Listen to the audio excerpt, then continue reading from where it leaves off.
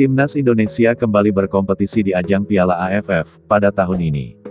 Publik sepak bola tanah air begitu penasaran mengenai era baru dari skuad Garuda. Aksi Jordi Amat dan Ilija Spasojevic tentunya akan menarik perhatian, di mana kedua pemain tersebut akan menjalani debutnya pada ajang ini.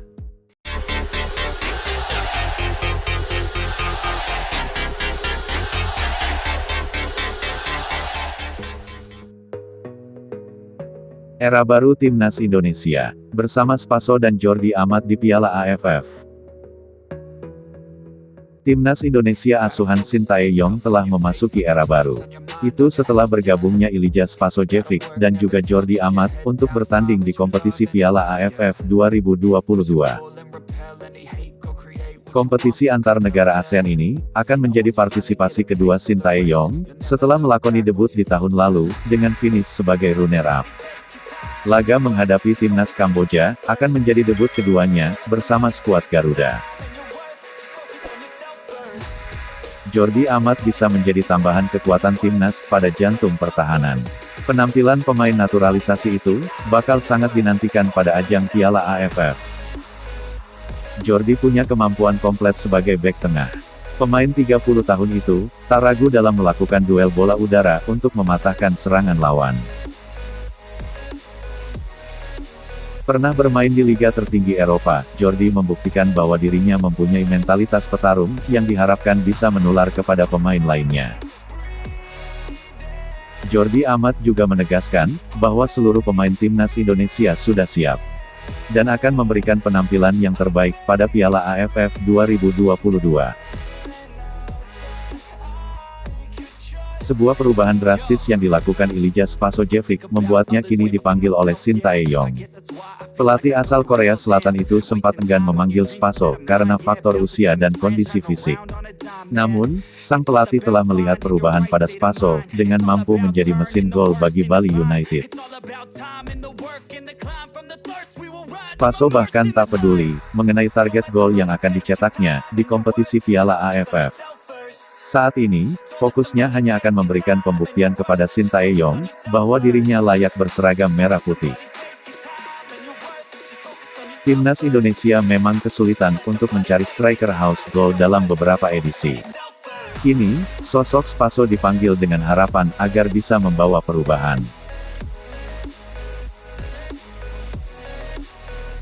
Bek naturalisasi Timnas Indonesia, yakni Jordi Amat menyambut antusias mengenai duel pembuka di grup A, melawan Kamboja.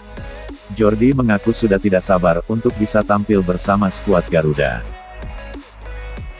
Bila dimainkan dalam laga nanti, Jordi Amat akan menandai debutnya bersama Timnas Indonesia. Itulah yang menjadi alasan laga pembuka Piala AFF, sangat dinantikan Jordi Amat. Jordi Amat mengaku sudah tak sabar untuk melakoni debut di hadapan puluhan ribu supporter Indonesia. Seperti diketahui, laga nanti akan diperbolehkan dihadiri penonton, dengan kapasitas maksimal 75% dari kuota Stadion Gelora Bung Karno. Saya bangga berada di sini, dan menjadi bagian dari tim. Saya sangat menantikan menit bermain, bersama Timnas Indonesia, ucap Jordi Amat. Pelatih Timnas Indonesia, yakni Sintayong, membeberkan mengapa dirinya mencoret Elkan Bagot, dan juga Sandy Walsh, dari skuad Piala AFF 2022. Menurutnya, klub kedua pemain tersebut menganggap enteng turnamen yang diikuti oleh skuad Garuda.